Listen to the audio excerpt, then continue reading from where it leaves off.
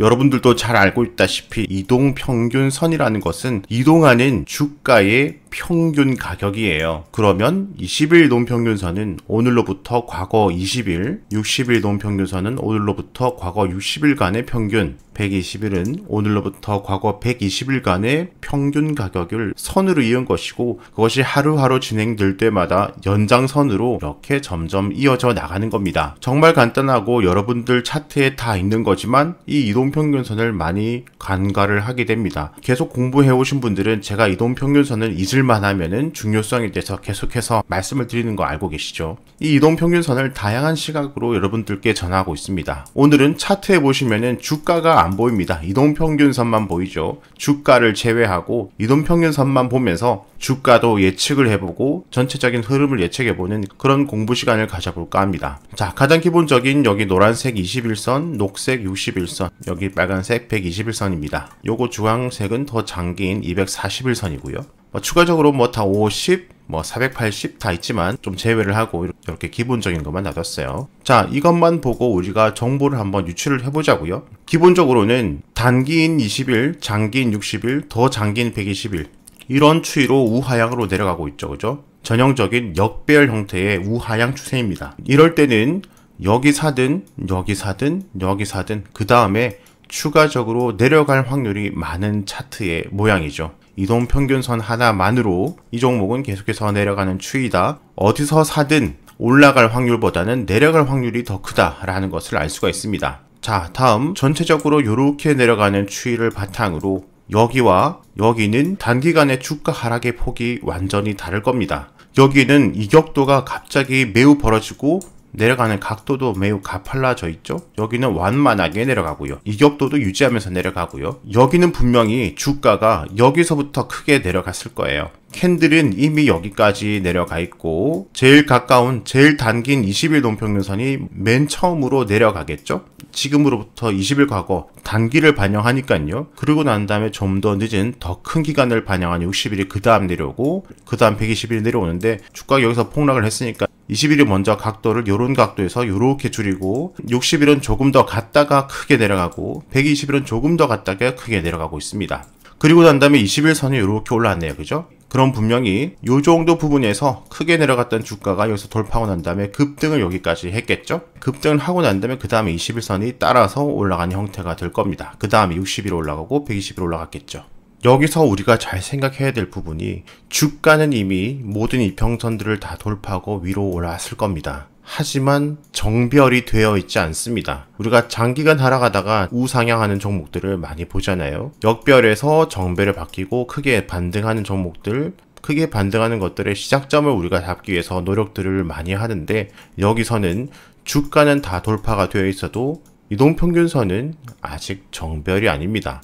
21선만 올라와 있고 60일선은 이 장기 평선들은 하나도 돌파를 하지 못하고 있는 부분이죠. 다시 이렇게 상승할 것을 기대하고 여기서 사는 것은 이거 흐름만 보아도 일시적인 반등, 기술적인 반등이고 전체적인 흐름이 우하향이 아닌 이렇게 올라가기 위한 부분이라고 말을 할 수가 없는 부분이 됩니다. 이 부분을 잘 보시고 그 다음 나오는 부분을 잘 보셔야 돼요. 여기 모양도 여기와 마찬가지로 급락이 나왔을 거예요. 그 다음에 여기서는 완만하게 내려가고 있습니다. 여기서는 그냥 지그재그를 그리면서 크게 급등락이 없이 꾸준히 우하향을 보이는 단봉 위주의 지지부진한 우하향장이 펼쳐졌을 겁니다. 실제로 한번 보도록 할까요? 똑같은 시기입니다. 자, 21선이 여기 있고 미리 급락이 나오면서 20, 60, 120, 그 다음에 급등이 나오면서 21선 따라가고 여기도 비슷한 모습이죠. 그죠? 그 다음 여기는 단봉의 지지부진한 우하향 기간. 자, 이렇게 이동평균선과 주가의 상관관계를 이해를 해보고 그 다음에 결국에는 우리가 매매를 생각해봐야 되잖아요. 자, 이렇게 역배열에서 매매를 하지 말라고는 할 수는 없어요. 하지만 정배열보다는 불안정한 상황인 것은 분명한 거죠. 그죠? 나는 무조건 정배열만 할래. 그것은 본인의 원칙이 될 수가 있습니다. 역배열이라고 수익을 못 내는 건 아니에요. 하지만 더 불안한 것이 맞기 때문에 확률을 조금이라도 올리기 위해서 우리가 정배열 말을 하는 거죠. 이동평균선이 그렇게 중요하다 안 중요하다 당연히 분쟁이 있을 수 있습니다. 이동평균선이 중요하다 중요하지 않다가 아니라 전체적인 흐름이 중요하다는 것인데 그 흐름을 잘 보지 못하기 때문에 이 이동평균선이 흐름을 보여주기 때문에 이동평균선으로 그 흐름을 유출을 해볼 수 있다는 것이죠. 만약에 이동평균선에 이동평균선의 특성을 이해한다면 이동평균선이 이렇게 급격하게 벌어지고 난 다음 다시 옆으로 눕고 난 다음에 여기를 돌파를 할 때가 과도한 하락에 대한 반등기를 노려볼 수 있는 구간이 되는 것이죠. 그죠? 자, 실제로 보시면 과도하게 하락, 옆으로 눕고 돌파 다음에 반등기가 나오죠. 그죠? 이렇게 장기간의 조용한 우하향장이 오히려 더 위험할 수가 있습니다. 이러다가 또 갑자기 이런 형태가 발생을 할 수도 있거든요. 또는 이렇게 하다가 정배열로 바뀌고 그 다음에 장기적인 우상향장으로 변하기도 하죠. 계속 여러분들이 주가만 본다면 이렇게 뭐 이동평균선 돌파를 했니 안 했니 가지고 이제 여기서부터 크게 상승할까 안 할까 이렇게 또 베팅을 하게 되는데요. 이동평균선 흐름으로 우리가 한번 유출을 해보자고요. 진행을 한번 해보도록 할게요. 여기서 20일 동평균선이 60과 120 등을 돌파를 하고 있습니다. 당연히 여기서는 주가도 상승을 하고 있었겠죠. 그죠? 이렇게 하다가 장기적 우상향으로 큰 시세를 보여주는 시기도 있고 여기처럼 돌파한 척 하더니 또 내려가서 계속해서 우하향을 유지하는 경우도 있습니다. 자, 그것을 판단하기가 쉽지가 않죠. 자, 그러면 계속해서 이동평균선의 특성과 어느 한쪽으로 가려는 관성, 그 다음 벌어졌다가 좁아지는 그 특성, 이런 것들을 생각하면서 그 하나하나 하루하루 주가가 아닌 한 방향으로 가려는 관성에 대해서 한번 계속 생각을 해보는 겁니다. 여기서 큰 상승이 오더라도 여기서는 확신을 하기가 쉽지 않습니다. 자, 조금 더 진행을 하니까 21선도 올라오고 있고 21선이 모든 이평선들을 우상향을 깨고 61선도 다 깨고 20, 60, 120, 그 다음에 240 이렇게 정별로 만들었습니다. 이렇게 오르다가 또 이렇게 수렴을 하기 시작하죠. 그죠? 상승에 대한 조정기가 여기서 벌어진 겁니다. 여기서 몇 선을 지지를 하니 어느 지지 라인을 지지를 하니 그렇게 여기만 그 주가만 집중을 한다면은 여유 있는 매매는 조금 멀어지고 매우 단기적인 단타 며칠 이내 스윙 쪽으로만 볼 수밖에 없죠. 그죠? 조금 더 조정을 받더라도 여유있게 분할 매수와 큰 그림으로는 우상향으로 갈 수밖에 없는 확률이 큰 그림이다 하면은 조금 더 몇 주, 한두 달을 보고서라도 여유있게 매집, 우상향을 기다려 볼 수 있는 그런 눈을 갖게 되죠. 하락길을 찍고 처음 반등하는 이런 지점에서 다들 살려고 합니다. 하지만 정배열을 확인하고 주가 상승에 대한 조정기가 분명히 여기서 왔을 거예요. 그죠? 그러면 결과적으로 계속해서 우상향으로 벌어지고 주가가 상승을 한다면 여기서 산들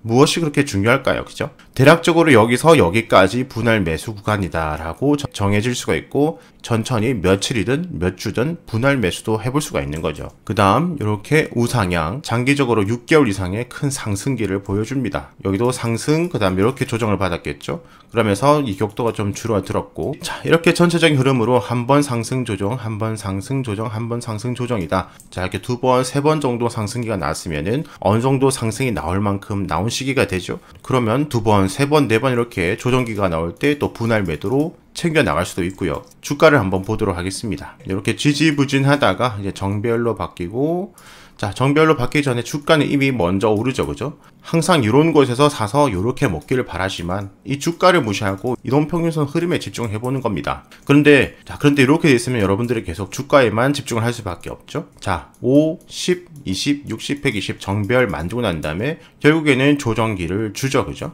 바닥을 확인하고 정배열을 확인하고 전고점대 돌파를 확인하고 조정기 때 사는 바닥 확인 무릎 매수가 바로 이런 곳이 되죠. 그죠? 그 다음에 이렇게 또 상승기 좁아질 때는 역시 조정이 있었죠. 이렇게 하나 둘 셋 이렇게 상승이 나올 때 여기서 안 팔아도 됩니다. 돈 벌면 돼요. 여기서 분할 매수해서 다 팔고 나와도 되고 여기서 나와도 되고 여기서 나와도 됩니다. 자, 그 다음 이 격도가 다시 줄어들고 밑으로 우하향으로 깨고 들어가죠. 그죠? 그러면 이미 주가는 먼저 이동평균선을 다 깨고 내려갔을 거예요. 이동평균선은 그 뒤로 따라오기 때문이죠. 자, 실제로 주가를 보면은 주가가 먼저 내려오고 난 다음에 21선이 따라 내려오고 61선도 그 다음에 따라가고 있습니다. 계속 이 캔들만 본다면 계속 전저점을 지지해주고 여기서 올라가지 않을까? 여기 깨면은 그 다음 여기서도 지지해주지 않을까? 이렇게 되지만 흐름은 이미 망가지고 있는 거죠. 또 상승이 나올 만큼 나왔고 이 격도를 좁히고 난 다음에 역배열로 하나 둘 깨기 시작했으니까 주가를 보지 말자는 게 아닙니다. 주가만 보지 말고 이 전체적인 플로우를 봐야 된다는 거죠. 이렇게 쭉 내려가고 또 이렇게 역배열을 만들어주고 난 다음에 다시 모여주고 있습니다. 또 이렇게 정배열을 만들어주고 있네요. 자 이렇게 급락으로 역배열을 했다가 어느 순간 하나 둘 셋 3, 4개월 만에 어느 순간 20, 60, 120 또 정배열로 만들었습니다. 이때는 이미 주가가 이렇게 내렸다가 이렇게 급등을 했겠죠. 그러면 다시 바닥은 확인되었고 정배열 확인되었고 여기 있는 매물대 주가 돌파를 확인하고 난 다음에 무릎, 조정기, 이격도 좁혀진 부분. 자, 이렇게 또 이동평균선이 좁아지고 이제 조정기가 들어오고 있죠. 그죠? 자, 결과론적으로 다시 우상향을 또 크게 간다면 여기서 산들, 여기서 산들, 여기서 산들 뭐가 중요할까요? 그죠? 대략적으로 이런 라인을 분할 매수 들어가고 손절은 요 정도, 손절은 그 전에 머물렀던 요 정도를 잡으면 되겠다. 물론 여기서 주가를 보면서 플러스로 확률을 더 가져가면 좋겠죠. 오늘 이동평균선을 설명하고 있으니까요. 그 다음에 또 이렇게 우상향을 가고 있네요. 그죠? 실제 주가도 내려왔다가 올라가고 바닥 확인하고 정배열 만들어주고 전고점대 돌파 다음에 조정기, 여기 산들, 여기 산들, 여기 산들, 여기 상승이 되는 조정이 여기서부터 여기까지 거의 뭐 15일 정도 조정을 보여줬네요. 주가만 보면은 전저점을 내려갔니 안 했니, 어디를 이탈했니, 지지대를 이탈했니, 계속해서 마음고생을 계속해서 빨리 올라가지 않고 3일, 5일, 10일, 20일 넘어가면 마음이 급해지기 마련인데 전체적인 흐름은 끼어지지 않고 있으니까 여유를 찾을 수가 있습니다. 그리고 난 다음에 또 이렇게 상승을 해주고 있는데, 자, 이렇게 하나, 둘, 셋 올라가고 있잖아요. 그죠?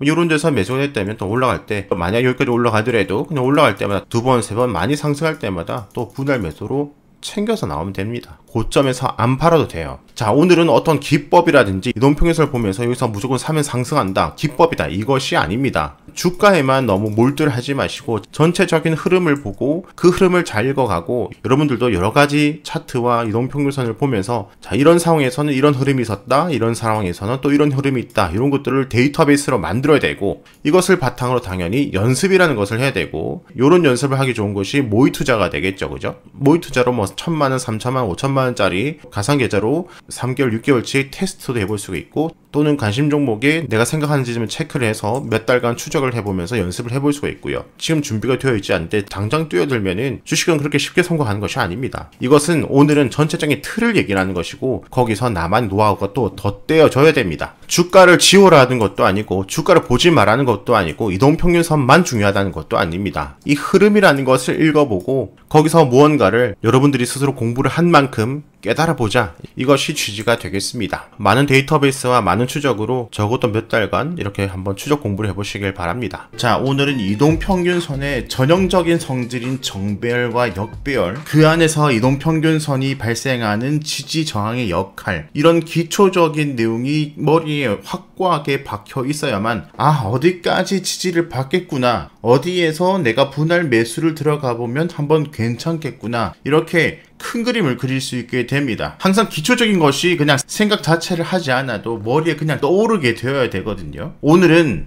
역배열에서 정배열로 변하는 그 과정, 그리고 정배열로 변하고 난 다음에 이동평균선에서의 역사, 이런 전형적인 기초적인 내용을 머리에 담고요. 여기서 파생되어서 여러분들이 많은 그 세부적인 생각을 해볼 수 있는 그런 기초가 되겠습니다. 자, 이 종목은 많이 상승을 하고 난 다음에 우선 이동평균선, 여기 노란색이 20일 이동평균선이고요. 녹색이 60, 검은색이 120, 하늘색이 241선입니다. 20, 60, 120, 240 정배열이죠. 많이 상승을 하고 난 다음에 21선이 60선을 깨고 역배열, 그러면서 주가가 죽고 21선이 121선을 깨면서 또 추가적으로 하락, 이제 60일도 120을 깨고, 이제는 여기서는 240, 120, 60, 20 완벽한 역배열이 되면서 계속해서 저점을 깨고 내려가고 있죠. 자, 이렇게 완벽한 역배열은 참으로 위험한 시기입니다.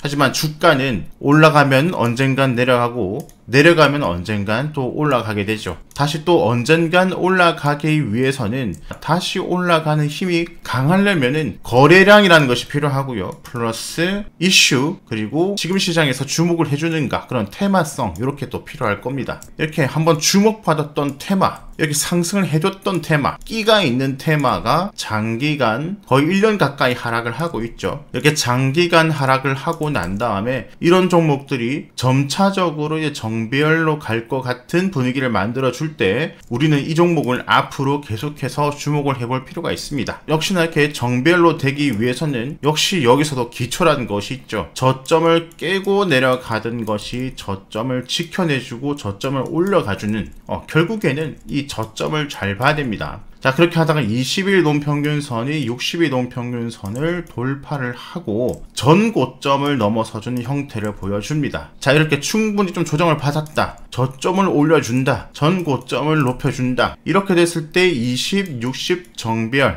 골든 크로스가 나오고 난 다음에 60일 노평균선 지지 부분에서 이렇게 반등이 나오는 경우가 꽤 많습니다. 정배열 변하고 난 다음에 첫 번째로 확인해 봐야 될 위치가 이제 이 부분이 되죠. 반등을 해주는 종목도 있고 죽는 종목도 있을 겁니다. 이렇게 크게 반등한 종목이 있으면 계속해서 정배열로 갈 가능성이 커지고, 죽어버리면 페이크 주고 다시 역배열로 갈 가능성이 커지겠죠. 그래서 이 부분이 정말 중요한 부분이 됩니다. 60선에서 한번 크게 반등이 나오느냐 안 나오느냐. 자, 이 반등 부분에서 크게 상승하면 상승할수록 다시 상승으로 갈 가능성이 커지고요. 그 다음에 계속해서 정배열을 유지를 해주는가를 보려면 이제 가장 아래에 있던 22 노평균선이 가장 위쪽으로 올라가지고 가장 위에 있던 이 노평균선 241선이 가장 아래로 내려가는 20, 60, 120, 240의 정배열이 만들어져야 되겠죠. 20일 가장 위로 올라왔고요. 그 다음에 240, 60선 이제 골든크로스 직전이고, 60일은 120선 위로 올라오면서 5, 60, 120 기본적인 유동평균선은 정배열을 만들어졌습니다. 이제 240만 아래로 내려가면 되겠죠. 자, 이렇게 계속적으로 정배열을 이렇게 만들어 나가는 우상향 부채살 형태를 만들어 준다면 이때부터는 조정을, 주가라는 것이 이렇게 가는 것보다 조정을 받으면서 올라갈 가능성이 훨씬 크잖아요. 이렇게 재상승의 초기가 확인된 종목은 앞으로 20일, 60일, 120일, 240일 여기서는 지지 저항이 나올 확률이 매우 커집니다.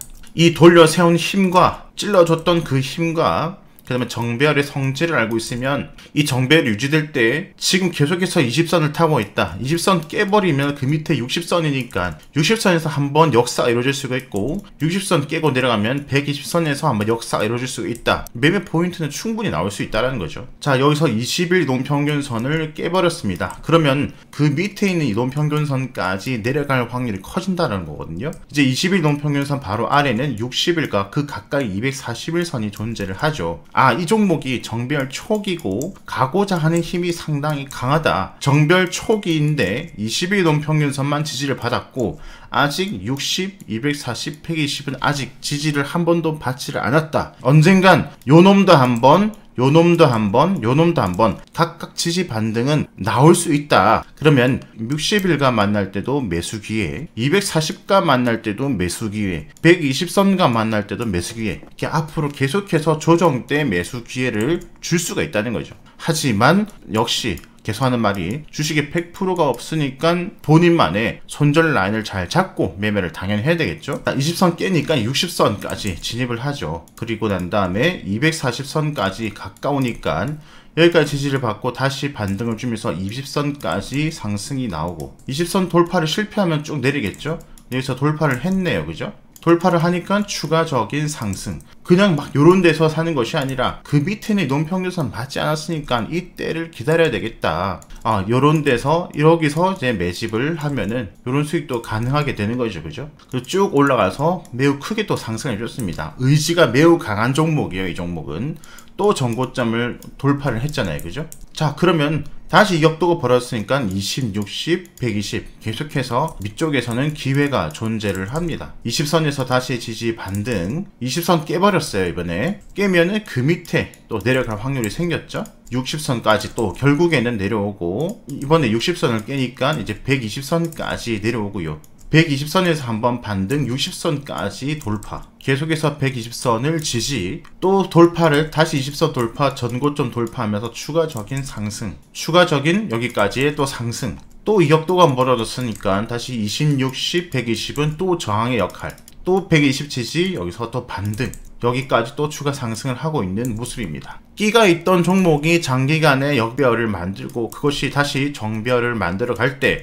첫 번째 우리가 봐야 될 것이 이 60선을 지켜주는지, 그 부분에서 얼마나 크게 반등을 하는지, 크게 반등을 한다면 이제 방향을 틀 가능성이 더 커진 것이고, 이렇게 크게 가는 종목은 이격도를 보면서 이격도가 지금 멀어졌으면 그 밑에 있는 이격도까지 지지를 받을 때를 한번 기다려보고, 또 이격도가 멀어졌으니까 큰 이격도까지, 그러니까 이런 종목은 뭐 60선에서 120선까지 뭐 1차, 2차 분할 매수 이런 것도 생각을 해볼 수 있겠죠. 그럼 평단가가 여기가 되고 수익을 볼 수가 있겠죠. 그죠? 단기 매매자는 지지를 받을 때 사면은 추가적으로 더 내려가 버리면 손실이니까, 손실이 커지니까 내려갈 때 사는 것은 위험하죠. 바닥에서 살려고 하는 거거든요. 그렇지 않고 단기 매매자는 지지를 그 부분을 받아준 거 확인을 하고 5선 등을 회복을 확인하고 난 다음에 바닥 확인, 무릎에서 사야 될 것이고, 분할 매수로 한 달, 두 달 여유 있게 나는 가져갈 수 있다. 중기 스윙 정도 보시는 분들은 뭐 60, 내려갈 때 120, 한 번, 두 번, 한 달, 두 달 여유 있게 기다리는, 이렇게 내려갈 때마다 매매를 해서 또 수익을 생길 수 있는 방법이 생길 수 있죠. 그러니까 전체적인 그 흐름이나 그 차트의 성질, 이동평균선의 성질, 지지 저항의 역할, 가고자 하는 힘이 전달되었는가, 거래량이 들어왔는가, 이런 것들을 잘 이해를 하면 이런 단기 매매에서 중기 매매까지 충분히 전략이 편안하게 나온다는 거예요. 크게 볼 줄 알아야 되고, 전체적인 흐름이 당연히 상승 조정이 나온다는 이 진리를 철저하게 깨달으면 조정에서 여유 있는 매매를 해볼 수가 있고, 이 조정 매매에서 또 반대로 내려갈 것을 대비해서 처음 찍었던 이 바닥, 그 다음에 만약에 산다면 그 전에 만들어진 바닥은 절대 이탈하면 안 되겠죠. 이것도 기초잖아요. 그죠? 전저점 이탈은 손절로 볼 수 있다. 기초잖아요. 그죠? 자, 여기 바닥 확인하고 회복돼 샀는데 다시 만약에 여기를 이탈한다. 그러면 나오는 것이고, 그때는 지켜주면은 홀딩을 하는 거고. 그죠? 어떻게 보면 매우 기본적인 거고, 어떻게 보면은 어려운 거예요. 어떻게 보면은 내가 알고 있다 생각하지만, 어떻게 보면 항상 간과하고 있는 것들이고, 어떻게 보면은 심플한 것 같지만, 어떻게 보면은 매우 복잡할 수도 있는 겁니다. 큰 그림, 그리고 전형적인 이 차트의 움직임, 그런 것을 잘 이해를 하고 여유 있는 마음을 더하면 쫓기는 매매가 아니라 여유 있는 매매도 가능하다. 여러분들도 큰 흐름에 대해서 한번 생각을 해볼 수 있는 그런 시간이 되셨으면 좋겠습니다. 자, 예를 들어서 오른쪽에 보이고 있는 이 차트, 여기서 특정 부분을 이탈했을 때 마이너스 20%에서 마이너스 30%까지 내려갈 가능성이 있는 지금 차트의 모양입니다. 이것은 매우 기초적이고 계속해서 여러 방면으로 여러 시선으로 배우고 있는 이 이동평균선에서 우리가 그것을 유출을 해볼 수가 있습니다. 이 이동평균선에 대해서 계속 이해력이 높아야 되는데요. 기본적으로 이 이동평균선은 항상 지지와 저항의 역할을 한다는 것입니다. 왜 지지의 저항의 역할을 할까요? 이동평균선, 말 그대로 이동을 하는 평균 가격이라는 것이죠. 우리가 가장 기본이 되는 5, 20, 60, 120 이런 것들이 있죠. 여기 차트에서 보시면 검은색 여기가 5일선, 여기 노란색이 21선, 여기가 녹색이 61선, 밑으로 다시 얇은 검은색이 121선입니다. 5일선은 지금으로부터 하나, 둘, 셋, 넷, 다섯, 이 5일간의 평균 가격이 이 선으로 표시가 되는 겁니다. 지금 5일간의 평균 가격, 5일은 일주일이죠. 일주일간의 평균 가격 위에 있다라는 것이고, 여기서는 평균 가격 밑에 있다는 것이고, 노란색 21선은 하나, 둘, 셋, 넷, 다섯 해가지고 최근 20일간의 평균 가격을 여기 20일 이동평균선으로 표시를 해준 겁니다. 그 평균 가격 위에 있다. 20일은 한 달입니다. 한 달. 한 달에, 오늘로부터 과거 한 달의 평균 가격 지금 위에 있다. 밑으로 내려가면 평균 가격 밑으로 내려간다. 여기 60일 이동평균선 똑같이 지금으로부터 과거 60일간의 평균 가격을 여기로 표시를 한 것이고요. 그 평균 가격 지금 위에 있고요. 그죠? 우리가 뭐 학생 때 공부를 하거나 아니면 지금 일을 하는데 뭐 작업을 처리하는데 그 그룹에서 평균 있잖아요. 그죠? 우리가 그 평균은 지키려고 하잖아요. 그죠? 그 평균 밑으로 내려가면 열받잖아요. 그죠? 다시 평균 위로 올리려고 우리도 스스로 노력을 하고요. 그죠? 평균이라는 것은 중요한 의미를 가지고 있습니다. 자, 그러니까 다시 우리가 이해를 해보면 이동평균선이 지지와 저항의 역할을 하는 것은 그 평균 가격. 많은 세력들이, 이런저런 세력들이 많이 이 종목에서 싸움을 벌이잖아요. 그죠?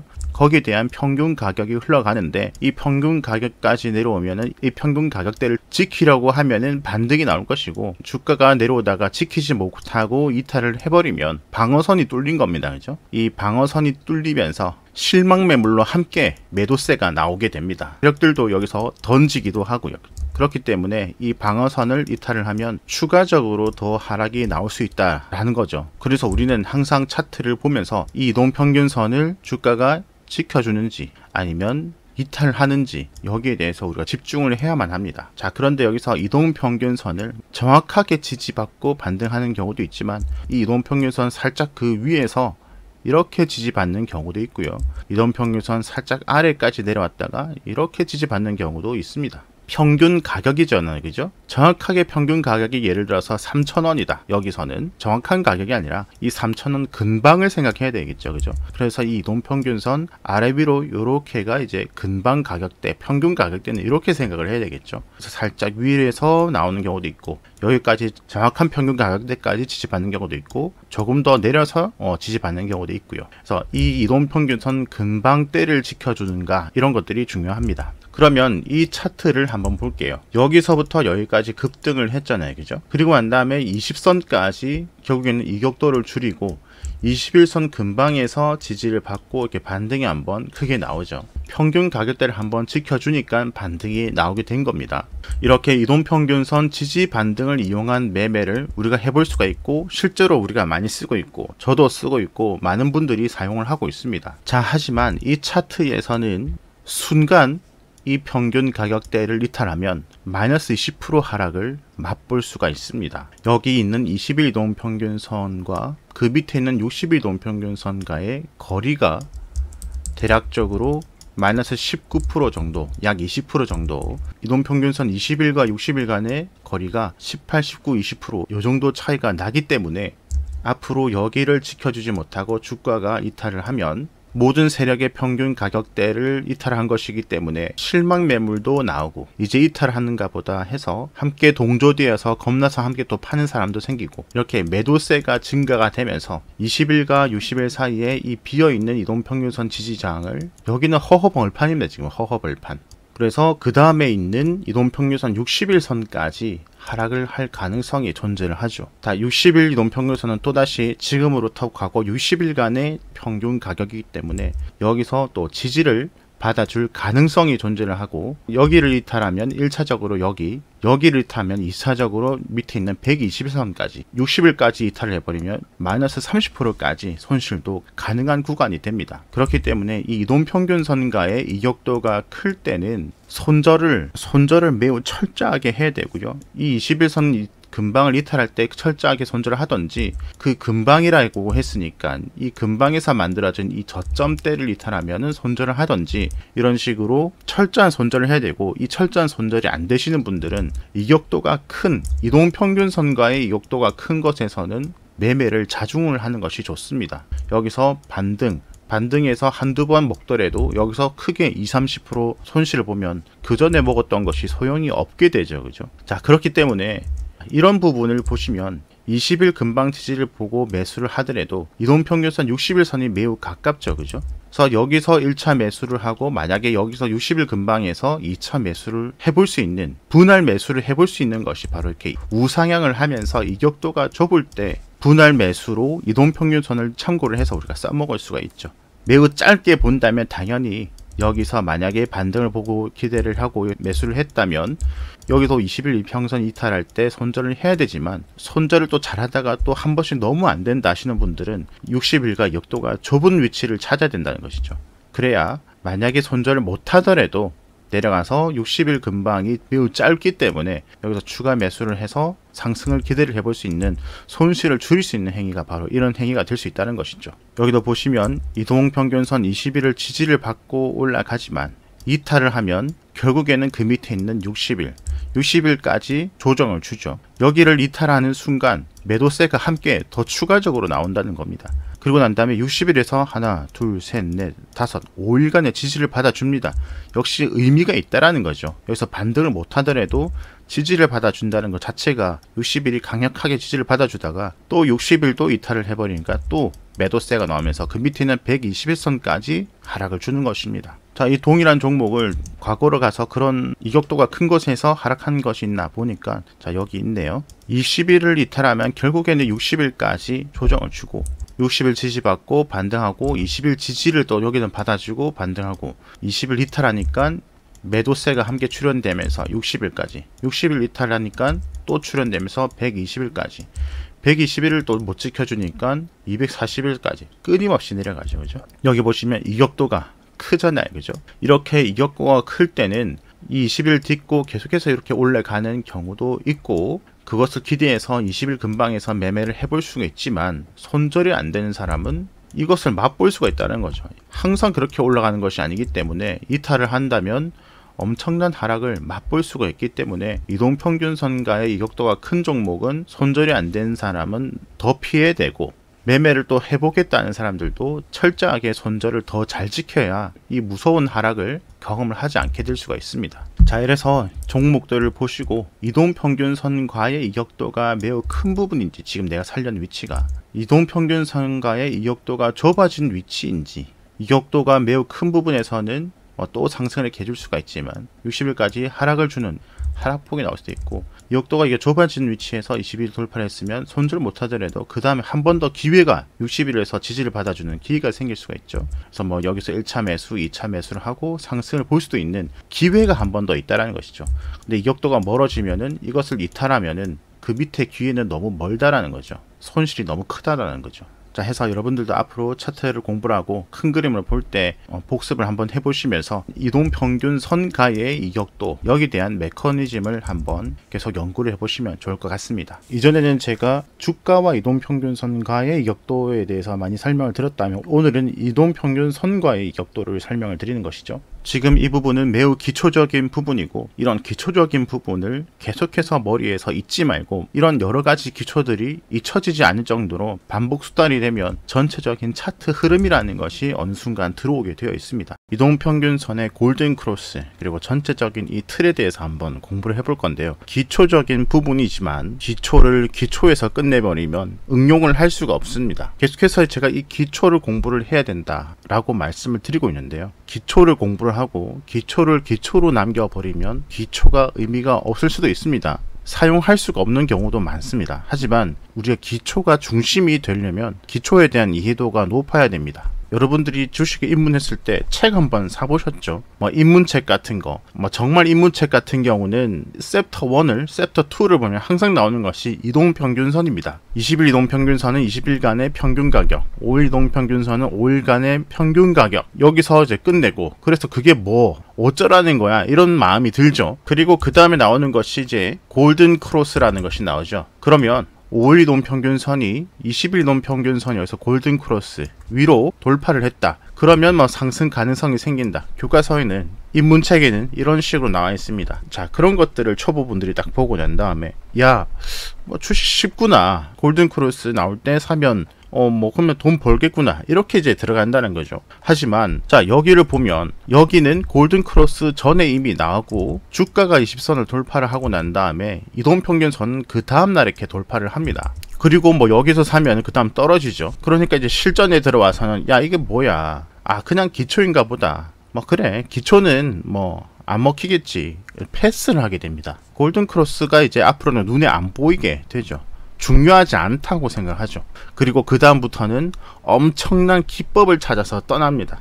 긴 여행을 떠납니다. 거의 뭐 콜럼버스입니다. 뭐 끝도 없이 항해를 하는 거죠. 뭐 단봉 3개에 음봉 발생해서 거래량이 어떻게 되고, 볼린저 밴드 넘어서면은 매수를 했을 때 올라가는 기법을 만들고, 뭐 이런 식으로 말도 안 되는 기법을 계속해서 만들기 시작을 합니다. 하지만 그 기법에 도착했을 때는 인도를 찾아 떠났지만, 거의 뭐 여기는 아메리카였죠. 콜럼버스처럼 인도를 찾아 떠나지만 계속해서 신대륙만 찾는 거죠. 쓸데없는 곳만 가는 거죠. 자, 그러면 이 기초를 어떻게 활용할 것인가? 그러면 오늘 그 기초 중에 기초, 골든 크로스 부분을 한번 본다면, 다시 한번 기초적으로 골든 크로스가 뭐냐, 여기에 대해서 잘 이해를 할 필요가 있겠죠. 단기 2평이 장기 2평 아래에 있을 때, 자, 요렇게 결과가 된 경우, 단기 2평이 장기 2평보다 더 커진 경우, 그러니까 다시 22평, 52평 이렇게 작은 것이 큰 거 위로 올라가는 경우, 이렇게 크로스가 나는 거죠. 십자가가 골든, 좋다라는 겁니다. 좋은 십자가, 좋은 크로스가 났다. 그래서 이런 것을 우리가 골든 크로스라 하죠. 그러면 단기 장기, 그러니까 이것이 20이 될 수도 있고, 5가 20선을 돌파한 것도 골든 크로스가 될 수가 있고, 이것이 60선이 될 수도 있습니다. 5가 60선을 돌파를 한 것도 골든 크로스가 될 수가 있고, 120선이 될 수도 있겠죠. 5가 120선을 돌파하는 것도 골든 크로스가 될 수가 있습니다. 자, 또다시 이것이 60선이고 이렇게 돌파를 하는 것이 5가 아닌 20선이 돼도 골든 크로스가 말이 되죠. 60보다 20이 단기니까, 그죠? 요것도 골든 크로스. 그 다음에 120선이 되어도 골든 크로스가 되죠. 20선이 120선을 넘어서는 것도 골든 크로스. 240선도 마찬가지고요. 요것이 120선이고 이렇게 돌파를 하는 것이 60선이다. 요것도 골든 크로스가 되는 거죠. 그러니까 골든 크로스는 다양한 이평선에서 많이 일어나게 됩니다. 그렇다면 이거 자체가 왜 의미가 있느냐, 이동평균선이 무엇인가 라는 것을 이해를 잘 하시면 의미가 있다라는 거죠. 예를 들어서 이것이 20일 이동평균선이고 이것이 5일 이동평균선이다. 이동평균선은 평균값이라 했습니다. 그죠? 20일 이동평균선은 20일간의 평균값이다. 20일은 한 달이죠. 한 달의 평균값이 이렇게 지나가고 있는데 5일 이동평균선이 이렇게 골든 크로스가 났다. 5일 같은 경우는 5일간의 평균값, 일주일간의 평균값이죠. 그러니까 과거 한 달간의 평균값을 단기간인 과거 일주일간의 평균값이 이겨버린 겁니다. 무려 지난 한 달의 값을 단기적인 일주일 가격이 바로 이겼다라는 거죠. 과거 한 달간의 흐름을 이번 주 한 주에 돈이 들어오면서 이 평균값을 이겨서 상승을 하려고 하는 힘이 생기고 있다라는 것을 보여주는 거죠. 이것을 더 확장하면 60일과 20일 하면은 지난 3달간의 값을 한 달간의 값이 이기는 것도 의미가 있고, 120일, 60 하면은 6개월간의 값을 3개월간의 값이 이기려고 하는 것이고, 골든 크로스는 의미가 있는 것이 사실입니다. 하지만 이 골든 크로스를 확인하고 매수를 하면은 거기서 승률이 생각보다 안 나온다라는 것이죠. 하지만 큰 그림을 보시면 골든 크로스 다음에 결국에는 시세가 다 나오게 되어 있습니다. 여기 녹색이 60, 여기 노란색이 20입니다. 골든 크로스가 나오고 시세가 나오고 또 골든 크로스가 나오고 그 부분이 이 부분인데, 그 다음부터 이 장기 상승 추세로 이제 가는 거죠. 자, 그리고 여기가 120일 동평균선, 요것이 60일 동평균선, 6개월간의 평균값을 3개월간의 평균값이 장기와 장기가 골든 크로스 나오죠. 그리고 난 다음에 상승 시세로 이제 바뀌죠. 하지만 저것을 실전에서 써먹기는 또 쉽지는 않습니다. 하지만 알고는 있어야 되고 볼 줄은 알아야 되고 가능성이 생겼구나, 이런 것들을 읽어가면서 차트를 보는 것은 또 다르고 중요한 부분입니다. 그럼 다시 단기적으로 와가지고, 자, 이 부분을 보시면 여기가 60일 이동평균선이고 여기가 20일 이동평균선입니다. 여기가 골든 크로스가 나왔죠. 근데 골든 크로스 나오기 전에 이미 시세가 이렇게 나왔습니다. 자, 골든 크로스가 나오려면 그 전에 이미 시세가 나오게 되어 있습니다. 왜냐면 요것이 장기적인 평균값을 단기적인 평균값이 이기려 그러면 요거 20일이 이렇게 올라가야 되잖아요. 그죠? 이렇게 올라가려면 이미 가격대가 올라가줘야 평균값도 뒤따라서 올라가는 거죠. 그래서 골든 크로스는 후행으로 발생을 합니다. 그래서 골든 크로스가 나올 때 사면은 떨어지는 경우가 많은 이유가 이미 상승을 했기 때문에 이제 조정을 받아야 된다는 부분이죠. 자, 그러면 우리가 실전에서는 다시 기초를 접목을 시키면 됩니다. 다시 이 골든 크로스 부분까지 되돌아가면 여기가 골든 크로스 부분이죠. 그러면 이 골든 크로스가 나왔을 때 이미 상승이 많이 나왔는지 확인을 한번 해보는 겁니다. 그리고 지금까지 우리가 배웠던 기초들을 접목해서 그 전에 흐름도 한번 확인을 해봐야 되겠죠. 정배열 형태의 이격도가 이 정도 벌어져 있고 이만큼 상승했다가 지금 주가가 120선까지 이격도를 줄였구나, 그렇다면 다시 상승 가능한 부분이 있거나 이런 것까지 판단이 되는 것이 중요하고, 그렇다면 골든 크로스가 나는데 이미 그 전에 상승이 나왔다, 그러면 제가 머리에 무조건 박으라는 개념이 뭐죠? 상승 다음에는 조정, 이 조정은 무조건 온다라는 것을 머리에 새겨야 됩니다. 조정을 안 받고 이대로 그냥 골든 크로스가 나오고 이대로 쭉 올라가는 경우도 물론 있습니다. 하지만 그런 경우보다는 그렇지 않은 경우가 훨씬 많습니다. 그렇기 때문에 그냥 일방적으로 받아들여지는 기본 기초만 보면은 그것이 접목이 안 되는 거죠. 골든 크로스가 나오면 상승한다가 아니라 상승할 가능성이 있다, 이렇게 이해를 하셔야 되는 겁니다. 골든 크로스가 나오면 상승한다라고 이해를 해버리면 여기서 사버리게 되죠. 그래서 올라가면 다행이지만 조정이 오면 이제 그때는 멘붕이 올 수밖에 없죠. 하지만 우리는 조금 더 공부를 하고, 그죠? 조금 더 기초를 공부를 했으면 여기서 기초를 더 복합적으로 시켜야 되겠죠. 상승이 왔으면 이제 조정이 와야 된다. 그 조정이 어디까지 왔을 때 우리가 노려야 되냐? 자, 여기서는 60일 이동평균선을 골든 크로스를 합니다. 그렇기 때문에 적어도 60선 근방까지 접근을 했을 때 접근할 때까지 기다려야 됩니다. 이 추이를 보면은 대략적으로 앞으로 흐름을 볼 수가 있습니다. 60일 동평균선이 이렇게 지나가고 있죠. 이런 식으로 20일 동평균선은 이런 식으로 가고 있고 60일 동평균선이 대략적으로 이렇게 가는데 이 60일 동평균선까지 내려온다면 이렇게 내려와서 몇 주 내에 여기 60선 근방에 갈 수도 있고 여기서 만약에 조금 더 오른다면 뭐 한 달 뒤에 2달 뒤에 여기까지 또 올라갈 수도 있겠죠. 여기서는 중요한 60선을 돌파를 했기 때문에 60선까지 기다려 보는 겁니다. 조정을 받죠. 내려갑니다. 상승했으니까 조정, 그죠? 그 조정을 받는 부분이 자 60선 근방까지 옵니다.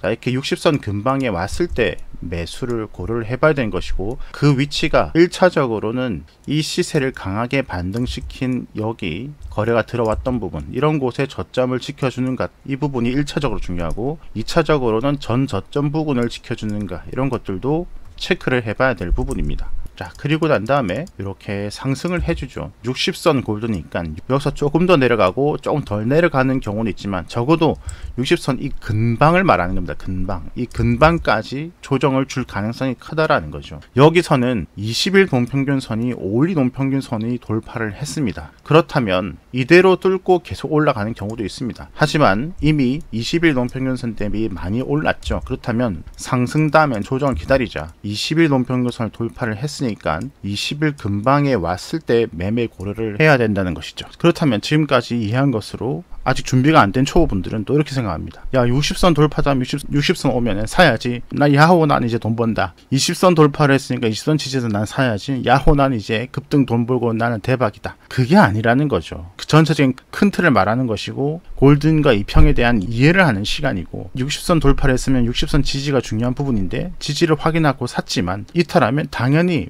주식에는 100%가 없으니까 손절 20선 골든이 중요한 종목이면은 20선 지지를 확인하고 매매를 했지만 만약에 또 이탈을 한다 또 칼 같은 손절 기준 항상 전체적인 기준 그 흔들리지 않는 시몬스 침대 같은 그 기준은 잘 잡고 가셔야 되는 거죠. 책 10개면 10개 다 챕터 1, 2에 나오는 이동평균선 문자 그대로 받아들이면 의미가 없습니다. 그렇게 넘기기 때문에 1년, 2년, 3년 한 사람들도 기초를 안 보고 있거든요. 기초를 무시를 하고 있거든요. 그 말은 무엇이냐면 기초를 이해를 못했다라는 말입니다. 그래서 계속 기초를 공부를 해야 됩니다. 이동평균선 공부 오늘 했으면 일주일 뒤에 한 달 뒤에 또 해야 됩니다. 공부를 할수록 안 보이던 것이 보이고 이해를 하지 못했던 것이 이해를 할 수가 있습니다. 우리가 매수 타점으로 많은 고민들을 하시죠. 그래서 뭐 이런 기법 저런 기법 기법을 연구하기도 하고 각종 검색식을 또 만들어 보기도 하고 또는 이제 뉴스라든지 차트 흐름에서 올라갈 것 같은 느낌을 받는다든지 여러 가지 형태로 여러분들이 나만의 매수 위치를 찾으려고 노력을 하실 겁니다. 이 차트라는 것은 여기 조그만 부분에서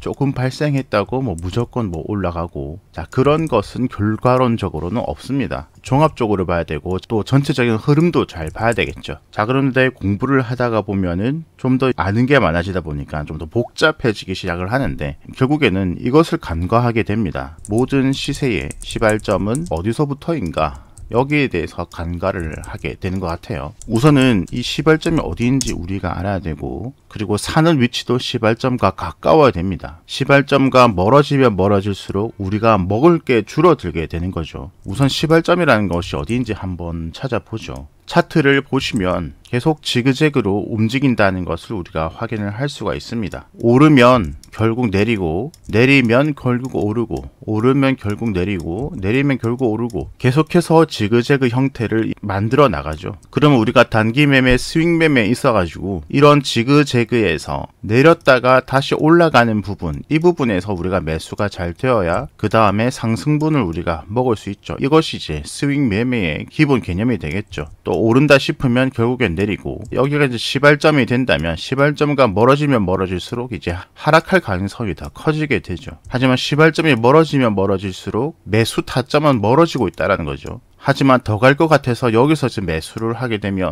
떨어지게 되죠.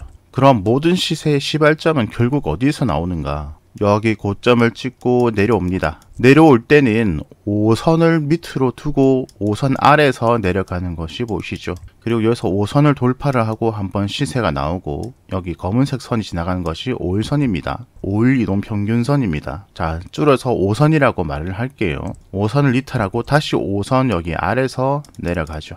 그리고 여기서 다시 5선을 돌파를 합니다. 그리고 난 다음에 다시 상승을 하고, 상승을 할 땐 또 5선을 타고 올라가고, 여기서부터 5선을 이탈하고 5선 아래에서 내려가고, 5선을 돌파를 하고 5선 위에서 놀다가 크게 상승을 하고, 5선 이탈하고 5선 아래에서 내려가고, 5선 돌파를 하고 5선 위에서 상승을 해주고, 5선 이탈하고 내려가고, 5선 돌파, 결과론적으로 이건 페이크가 되었죠. 여기서 다시 이탈을 하고 5선 아래에서 쭉 내려가고, 여기서 5선 돌파를 하고 상승, 여기서도 5선 돌파 상승, 5선 이탈 하락, 5선 돌파 상승, 5선 이탈 하락.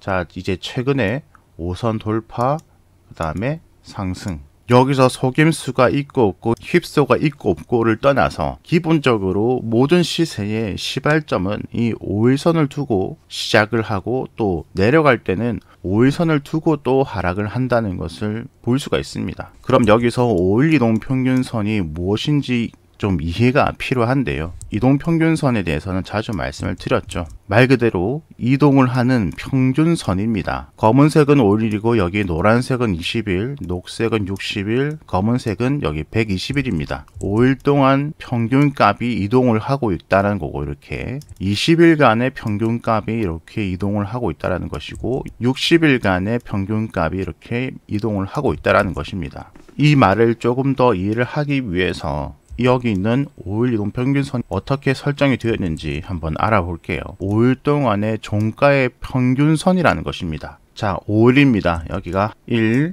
2, 3, 4, 5. 자, 여기서부터 계산을 하면 되겠죠. 자, 이날의 종가가 2,730원입니다. 2,730원 더하기 이날의 종가는 2,550원입니다. 더하기 이날의 종가는 2,510원입니다. 더하기 이날의 종가는 2,555원입니다. 더하기 이날의 종가는 2,645원입니다. 12,990원. 여기서 평균값을 구하려면 나누기 5를 하면 되겠죠. 그래서 나누기 5를 하면 2,598원이 나옵니다. 요거 5개 종가의 평균값은 2,598원이라는 것이죠. 2,598원을 표시를 해볼게요. 2,598원. 여기 체크가 되어 있죠.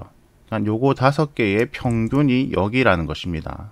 오늘로부터 5일이라는 것은 무엇이냐면 한 주간의 거래는 5일이죠. 월, 화, 수, 목, 금. 일주일은 7일이지만 토요일, 일요일에는 거래를 하지 않기 때문에 월, 화, 수, 목, 금 5일간의 거래가 이루어집니다. 지금으로부터 한 주간의 평균값이라는 것이죠. 그러니까 이 5일선 위에 있다라는 것은 지금으로부터 5일간의 평균값 위에 있느냐, 그 밑에 있느냐, 이것을 우리가 이 선 하나를 우리가 파악을 할 수가 있게 되죠. 자, 2,598원이라는 가격이 평균값으로 나왔는데 여기 자동으로 그어져 있는 이 5일 이동평균선이 얼마인지 한번 확인해 볼까요? 여기 캔들에 커서를 대면 여기 정보들이 쫙 나오죠. 자, 마우스를 떼면 보이지 않기 때문에 캡처를 했습니다. 2,598원이라는 것이 5일간의 평균값이 나왔죠. 자, 이 부분 오늘 여기다가 이제 마우스를 대면 이런 정보가 나오는데 여기 가격 이동 평균이라고 나옵니다. 여기 5, 10, 20, 60, 120 제가 설정한 이동 평균선이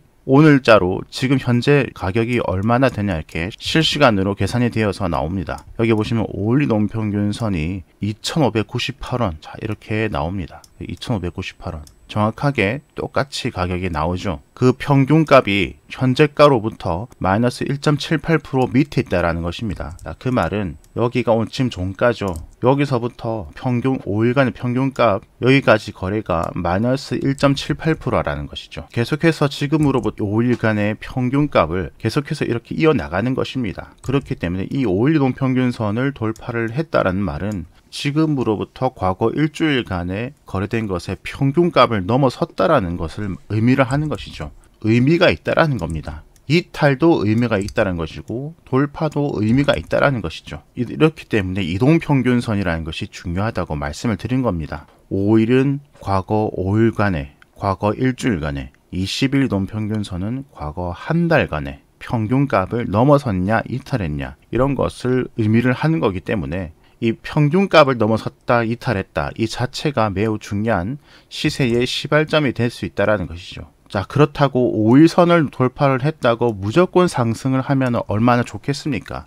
주식은 그렇게 흘러가지는 않습니다. 기본 개념을 그렇게 잡아간다라는 것이죠. 자, 그 다음에는 이 지그재그를 한번 보시면 5일선 돌파한 부분을 체크를 해볼게요. 여기 보시면 이 지그재그에서 거의 밑부분 시발점 부분이죠. 그러면 여기와 멀어지면 멀어질수록 매수의 기회는 점점 멀어지고 있다라는 겁니다. 사야 될 위치는 점점 멀어지고 있다라는 겁니다. 그러니까 느낌상으로 여기서 사야지, 느낌상 여기서 사야지. 자, 이 시발점과의 거리가 얼마나 되는지를 한번 보시길 바랍니다. 지그재그를 만드는 데 있어서 이 시발점과 멀어지면 멀어질수록 여기 고점까지 어디인지도 모르지만 고점을 향해 가고 있다라는 거죠. 그렇다면 반대로 말하면 먹을 게 점점 적어진다라는 겁니다. 이 시발점과 가까운 위치에서 나의 타점을 잡아야 된다는 것이죠.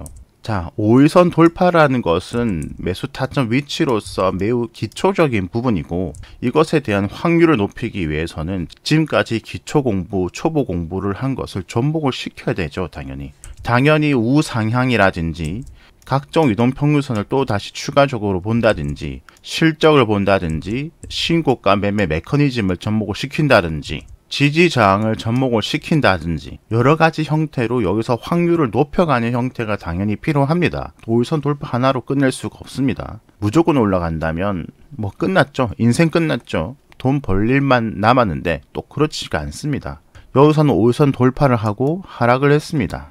여기서 5일선을 돌파를 하고 하락을 했습니다. 당연히 주식은 반대 경우도 발생을 할 수밖에 없습니다. 그럼 여기서 이제 본인만의 또 기준을 잡아가는 것이죠. 여기서는 5일선 돌파를 하고 그 다음 여기서 5일선을 이탈을 했습니다. 그럼 나는 5일선을 이탈하면은 손절할 거야 라는 기준을 잡던지, 또는 이렇게 돌파하기 전에 전저점이 여기죠. 전저점을 잡고 갈 수 있는 방법도 있겠죠. 예를 들어서 이 부분 같은 경우는 그렇죠. 여기서는 5일선을 돌파를 했다가 이틀 뒤에는 여기서 이탈을 했습니다. 그런데 그 다음 다시 돌파를 하고 상승을 했거든요. 그렇다면 5일선 이탈로 잡았으면 뭐 짧게 손절 2-3% 보고 나오면 그만이고, 만약에 전저점 여기로 잡아버리면은 여기까지 분할 매수 구간으로 바뀌게 되고 이 상승분을 또 챙길 수가 있었겠죠. 결국에는 이 경험이라는 것도 필요하고, 전체적으로 보는 이 흐름 자체를 보는 것도 중요를 하고, 그리고 그 무엇보다 중요하게 참고해야 될 것은 무엇이죠? 바로 시장이죠. 코스피 코스닥 지수가 지금 단기적으로 상승 추세냐 하락 추세냐 이거 확인하는 것까지 중요하고, 자, 모든 것이 중요하지만 타점 잡기가 힘들다. 타점 자체를 어디로 잡아야 될지 모르겠다. 시세의 시발점이라는 것이 무엇인지 모르겠다. 그렇다면 다시 기초로 들어가세요. 그 기초의 기초가 바로 이동평균선, 그리고 5일 이동평균선입니다. 자, 오늘은 이동평균선 20선에서 발생하는 특이점에 대해서 우리가 함께 배워볼 건데요. 우리가 기초 부분을 계속해서 배우고 있고, 기초 중에서는 여러 가지가 있는데 그 중에서 또 이동평균선에 대해서도 배울 것이 한두 개가 아니죠, 그죠? 또 그 중에서 하나의 중요한 기초 중에 하나가 되는 부분이 오늘 배울 내용이 됩니다. 자, 오늘은 단기 매매자라면 필수적으로 우리가 알아야 되는 이동평균선, 20일 이동평균선에서 발생하는 특이점, 그리고 이것을 우리가 이해를 하면은 매매도 참고를 할 수 있는 타점도 유출을 해볼 수 있는 그런 시간이 될 것 같아요. 우선 우리가 단기 매매를 할 때 이 전체적인 주가의 추이 이런 것들도 잘 봐야 되고, 크게 보면은 여기서 여기까지 올라가고 내려간 듯 하지만 가까이에서 보면은 그 안에서도 오르락 내리락을 하게 되죠. 이 많은 오르락 내리락을 활용을 해서 아래에서 사서 위에서 파는 것이 단기 매매가 되죠. 이런 주가적인 추세 추이도 계속해서 확인을 해야 되지만 이동평균선의 추이도 계속해서 확인을 해야 됩니다. 이렇게 20, 60, 120 이런 이평선들의 추이를 계속 확인하는 방법을 예전 시간에 한번 배웠다면, 오늘은 단기 매매자라면 필수적으로 봐야 되는 20일 이동평균선 추이 부분을 볼 건데요. 역시나 주식은 20일 이동평균선을 오늘 배우더라도 60선, 120선, 240선 다른 것 위치도 다 봐야 되고, 이격도도 봐야 되고, 다른 것 추이도 다 봐야 되지만 간단하게 보기 위해서 20일 이동평균선을 놔두고 다른 건 좀 제외를 시키고 좀 크게 보도록 할게요. 자, 다른 이동평균선 다 제외하고 주가와 주가를 따라다니는 5일 이동평균선 그리고 20일 이동평균선 이렇게만 놔두고 다 지웠습니다. 이 차트를 보고 매매를 할 때는 다시 한번 이 주가의 추이 그리고 이동평균선의 추이를 함께 봐야 되는데, 조금 가까이에서 보면 보면은 이동평균선 20일 이동평균선이 상승 추이를 보여주고 있다라는 것은 지금 단기적으로 상승 추이라는 것을 한눈에 볼 수가 있고, 이동평균선은 평균 가격이니까 세력의 평균 가격도 함께 올라가고 있다. 그리고 그 20일 이동평균선 위에서 존재를 하고 있다는 말은 수익 조정을 거치면서 수익권에 진입을 하고 있다라는 거죠. 하기 때문에 20일 이동평균선이 상승 추이를 보이고 있을 때 단기 매매자는 거기에서 발생하는 이런 조정 구간에서 매매를 하는 것이 전형적인 FM적인 눌림목 매매, 단기 매매가 되겠죠. 자, 이렇게 상승하던 추이가 밑으로 이렇게 꺾였습니다. 자, 여기도 상승하던 추이가 밑으로 꺾이고요. 여기도 상승하던 추이가 꺾이고, 여기도 상승하는 추이가 이렇게 또 꺾이기도 하죠. 하지만 장기 이평선은 또 상승 추이를 보여주기도 하고요. 그죠? 이렇게 단기 이평선 20일 이동평균선 계속 하락 상승 하락 상승 하락 상승 이런 추이를 보여주고 있는데, 많이 상승을 했을 때는 또 언제 꺾일지 모르니까 너무 상승하고 있을 때는 하방에 대한 위험 부담이 있을 수 있고, 또 반대로 내려가다가 꺾였을 때 이럴 때에 잡으면 좋겠지만 계속해서 상승한다는 보장은 없고, 여기서와 같이 꺾이고 올라가는 듯 하지만 다시 회크 주고 내려버리는 경우도 있고요. 그죠? 그러면 지금까지 기본적으로 이렇게 22 동평균선 내려가는 추이에서는 단기 매매를 하기에는 위험한 종목이 될 수가 있고, 하지만 중기 매매자라면 그 밑에 60일, 120일 이동평균선의 상승 추이라면은 또 이런 조정 구간이 매수기가 될 수가 있겠지만요. 하지만 단기 매매자 입장에서는 내려가는 추이는 위험하고 상승 추이가 확인이 돼야 되는데, 자, 이렇게 내려가던 추이에서 갑자기 바닥을 찍고 급하게 상승을 합니다. 그러면서 이 종목에 관심이 있었던 사람은 갑자기 올라가니까 이제는 조정을 많이 받았으니까 치고 올라가겠구나 라는 생각에 또 강하게 들어올 때 매매에 참여를 하기도 하죠. 좀 가까이서 볼까요? 이렇게 바닥을 찍고 상승할 때 따라 붙기도 합니다. 하지만 이때 이동평균선의 추이를 볼 필요가 있습니다. 하락 추이를 보여주고 있죠. 그러면 이 종목은 아직 본격적인 상승 추이가 만들어졌다고는 할 수가 없어요. 본격적인 상승 추이를 만들려면 22동평균선 내려가다가 올라가는 형태를 보여줘야 되거든요. 아직은 이 종목의 평균 가격이 하락 추이를 보여주고 있다는 겁니다. 그러면 이렇게 됐을 때는 올라가다가 또 페이크 주고 계속해서 이 추이를 따라서 또 추가적인 하락이 나올 수도 있다는 거죠. 그렇다면은 이렇게 22동평균선이 하락 추이를 보이는 곳에서 22동평균선을 강하게, 지금 이런 것을 강하게 돌파를 하는 거죠. 거래량도 들어오고 이렇게 위로 쭉쭉 뻗어주고, 그죠? 전고점 돌파를 해주고 강하게 돌파하는 모습을 보여줬을 때 이 종목에 관심이 간다면 이런 곳에서 매수를 할 곳이 아니고요. 이제는 내려가던 추이를 돌려 세울 가능성을 만들어 주기 위해서는 도식화를 하면은 N자형이 만들어져야 됩니다. 바닥 찍고 상승을 하고 그 다음에 조정, 반등을 보여주는 이렇게 N자형이 만들어져야 되는데, 그 N자형의 이 바닥 부분이 다시 틀어주는 22동평균선에서 조정을 받아주는 형태가 보여줘야 되고요. 자, 그렇게 조정을 받고 반등을 했을 때 계속해서 추가적으로 21동평균선이 올라가고 추가 상승이 나올 수 있는 가능성이 커지게 됩니다. 조금 진행을 시켜보면은, 자, 올라가다가 결국에는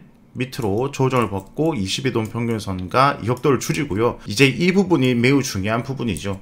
여기서 N자형을 만들지 못하고 다시 밑으로 내려온다면 20일 이동평균선은 올라가다가 다시 이렇게 꺾이게 되는 모습을 보여주게 되죠. 이런 이동평균선을 많이 보잖아요. 이렇게 만들어지는 것들. 그래서 요것이 다시 꺾이면서 추가 하락으로 주가가 내리느냐, 아니면 여기를 이제 바닥을 만들고 재상승을 해주느냐, 그 결정이 되는 부분이 바로 이 부분이 됩니다. 해서 매수를 생각한다면 이 밑에 있는 바닥은 계속해서 하락 추세이니까 위험하고, 바닥을 찍고 반등할 때는 언제 다시 내려갈지 모르니까 또 위험하고, 그렇기 때문에 이동평균선이 하락하다가 상승 추세로 꺾이고 난 다음에 N자형을 만들어주는 그 지점이 이제 매수로서 유용한 부분이 되겠죠. 조금 진행을 시켜보면은, 자, 이렇게 N자형이 발생을 했죠. 그러면서 22동평균선은 여기서 여기까지 더 위로 끌어올리면서 상승 추이를 이렇게 만들어 가는 모습을 보여줍니다. 자, 이렇게 또 상승을 하다가 이동평균선이 다시 약간 우하향 쪽으로 꺾이죠. 이럴 때는 또 단기 매매자는 위험한 구간이, 매매를 굳이 할 필요 없는 구간이 되고, 그러다가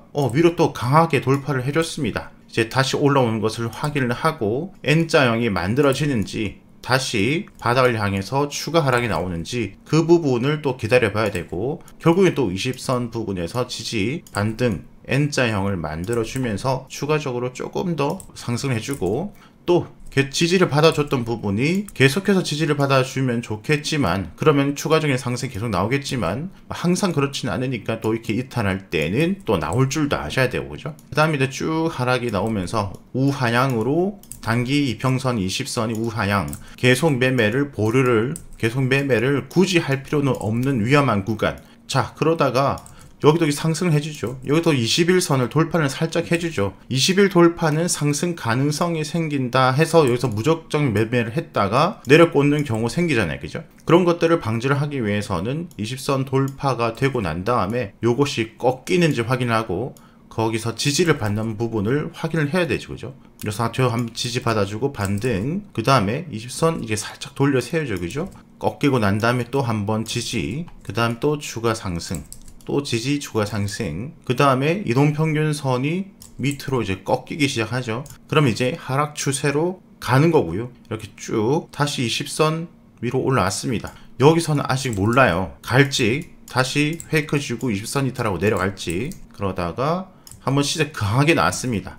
그러면서 이동평균선이 꺾였죠. 그러면 이제 N자형이 만들어지는지 봐야 되겠죠. 그 다음에 아래꼴 달리고 20선과 이격도 이제 줄여주고, 그 다음에 다시 5선 돌파하고 이렇게 되면은 또 추가 상승 가능한 그림이 만들어질 수가 있겠죠. 그 다음에 또 이렇게 상승을 하고요. 그죠? 자, 해서 오늘 정리를 하면 단기 매매자는 20선의 추이를 잘 봐야 되고, 20선 위에서 매매를 하는 것이 아래에서 매매하는 것보다 안전한 매매가 되고, 20선 아래로 내려갈 때는 언제까지 내려갈지 모르니까 위험 부담이 있다. 그렇게 하다가 20선을 강하게